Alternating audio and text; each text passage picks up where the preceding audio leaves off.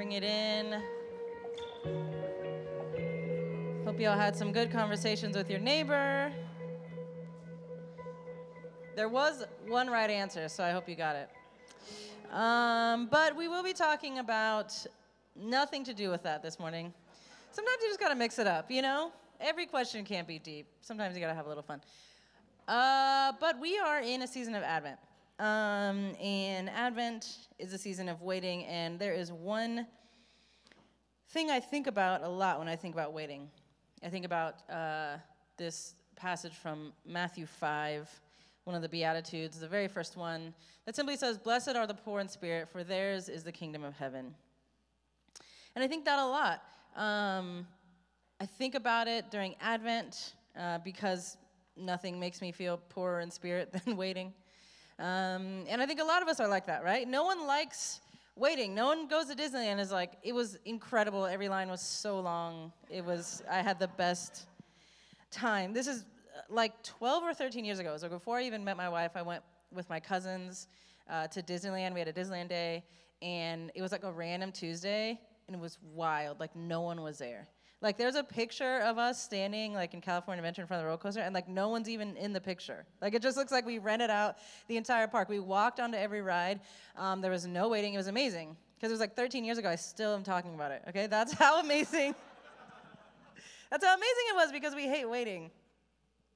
And what's hard is to be invited into a season of waiting and to be told these stories and to embrace these stories and to understand a reality that there is something special for us in the waiting is really difficult. And one of the most difficult things about it is that if we allow ourselves to be in a season of waiting, then there is an emptiness that we have to embrace with that.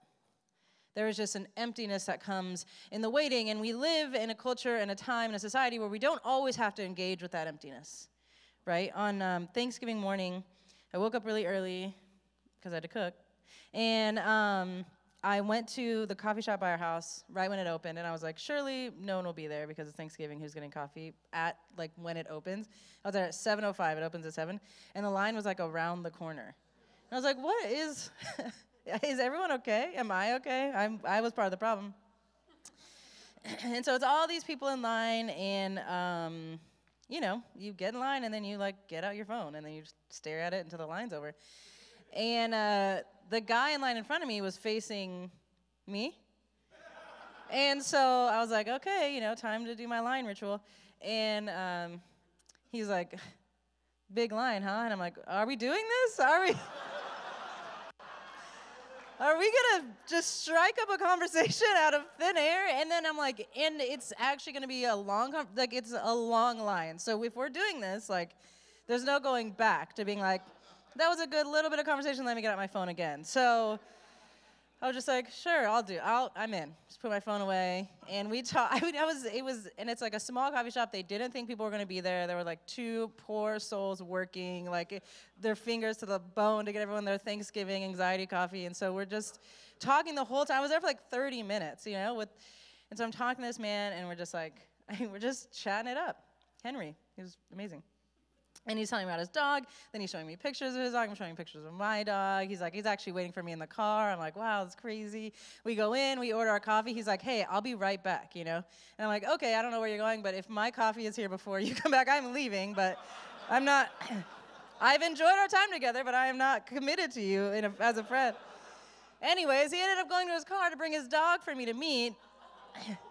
Meatball. It was a very cute dog. I mean, this entire moment, and I don't know if I'll ever see that man again, or not, or Meatball, which that's kind of sad, but there was this moment in there where there was just an opportunity to engage and see what was there for me if I let the emptiness of the waiting in, right? And that is a small example because we do this, I think, with a lot of things. Right now, in our world, there are so many things going on, and I think a lot of us are waiting on hope. We're waiting on change. We're waiting on something, and I think it is really hard to allow the emptiness that has to exist in the waiting, right? I think there is something that we crave of like, there has to be something I can do. Let me go to my phone. Let me post this or do that, right? And that's no shade to social media or those things, but I think the number one thing that social media does in our world is keep us from the emptiness that exists in the waiting. And it allows us to fill so much space in our lives and to fill it with an action that sometimes I don't know what we're doing or what I'm doing or what it's really doing, but I just feel like I'm doing something, and that keeps me from the emptiness of the waiting. When the reality is, I think these stories and these scriptures and the Beatitudes and the season of Advent is just endlessly true, because it is saying, yes, we do believe that hope is coming. We believe that in Sunday, but that doesn't mean there's not a Friday. We believe in what is to come, but the emptiness that exists in the waiting does something for us. In this passage, it says, blessed are the poor in spirit, for theirs is the kingdom. And we talk about this a lot. When Jesus is asked, where is this kingdom? He says it is in our midst. And so there is something about existing in the waiting that allows us to be present in this moment. Because when we fill the space with things to try to avoid the emptiness or try to avoid the waiting, it takes us out of this moment. We do not get to experience the kingdom in its fullness. And that is one of the most beautiful things we can do. And that's what the season of Advent teaches us. It says, hey, we got to be in the waiting. You need to be in the emptiness. Blessed are the people who are experiencing that emptiness, for they will be present in this kingdom reality. And we have to believe that.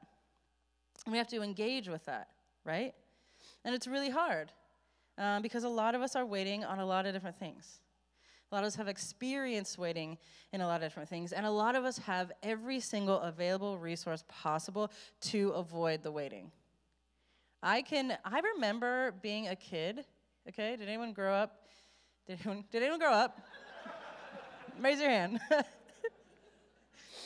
was going to say, did anyone grow up and I was like, when did I grow up? I don't know, 90s-ish? Anyways, I remember growing up, and I would just get bored every day. Every day I would be so freaking bored. I remember just like sometimes laying in my grass and just looking through the blades of grass and being like, wow, this one's kind of crooked. Oh, wow, this one's bendy. Wow, I wonder how many more blades of grass I can count until I do something, right? It was just every day was so boring. And part of that was just like, I had like, my parents were so Christian. We could watch TV on Fridays and Saturday morning. Other than that, just go outside, and we just go look at stuff. We're just counting trees. I don't know.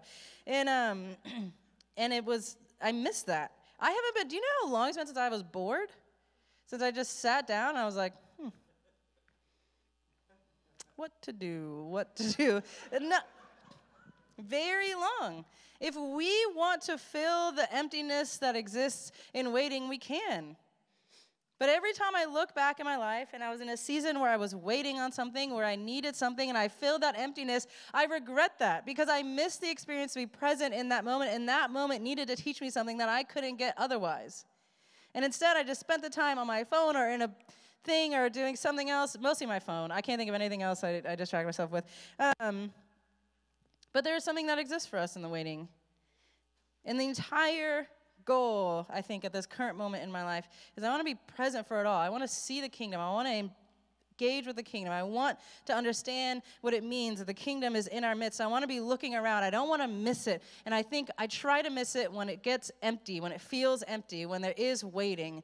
I think there is so much happening. And what's so funny is I keep hearing these conversations about what's happening in the world, and I've even had people like ask me to like respond or say something. I'm like, I am in the emptiness that comes before the waiting, the emptiness of not knowing enough, not knowing what to do, not knowing what to say, not knowing what to read, not knowing what to watch, not knowing all these things. This emptiness it's an important thing, and it has to create something in us because it creates a different kind of hope in the waiting, and that is the hope that Advent is talking about. When we see these things that feel like we are hoping for peace in the world, we are hoping for change in our families, we're hoping to grow our families, we're hoping that some of our family members get sick and can't come to Christmas, whatever it is that you are hoping and waiting for.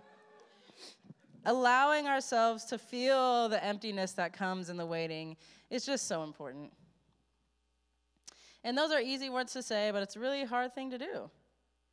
I think all of us right now are waiting on something.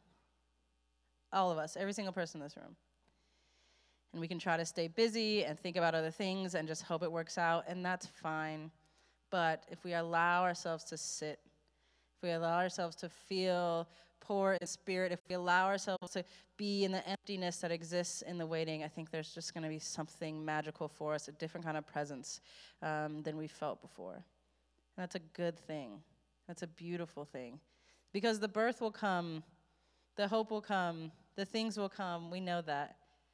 But what do we miss if we miss and we skip past the emptiness that comes in the waiting? That was super fast, but honestly, that's what I wanted to say. And it really is that simple. It's just, that is the thing that I've been thinking about. You know, there's something to the fact that every single second, every moment that we're on this earth, we fill our lungs just to empty them again. This whole thing is a system of what it means to feel full and what it means to feel empty. And if we only allow ourselves to be present when we feel full, then we miss so much of what exists for us here. They'll fill back up, but sitting with the emptiness is just important. So don't rush past the waiting. Do not skip past the good stuff. Because not only good stuff is good stuff. You know what I'm saying? And I'm an Enneagram 7, so I'm really, if I believe it, I've seen some things. And that's what I have for you this morning. So you're going to grab the same 3 or 4 people, and this is your question. What's one thing this week